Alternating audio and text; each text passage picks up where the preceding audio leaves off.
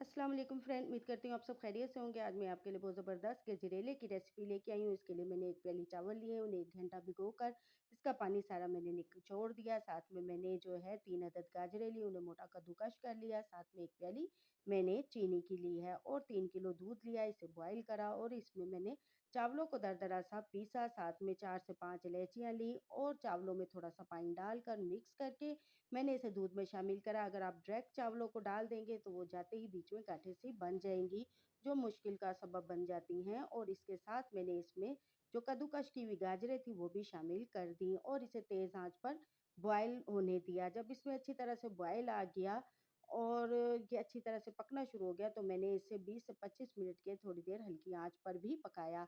जब ये इस तरह से गाढ़ा होने लगा तो मैंने इसमें मेवे और इसके साथ जो है 1 प्याली चीनी भी शामिल कर दी। अगर आप इससे कम का 1.5 किलो का बना रहे हैं तो आप इन चीज़ों को आधा कर दें, यानी आधा प्याली चावल लें, आधी प्याली चीनी लें और 2 अदद आप इसमें कद्दूकस की हुई गाजरें शामिल कर दें और इस सारा यही तरीका इसी तरीके से आप इसे पकाएँ।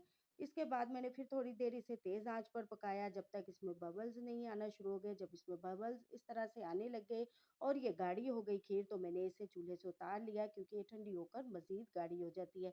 ये मेरे बहुत ज़बरदस्त और बहुत टेस्टी गजरेला तैयार हुआ है। आप इसे ज़रूर ट्राई करें।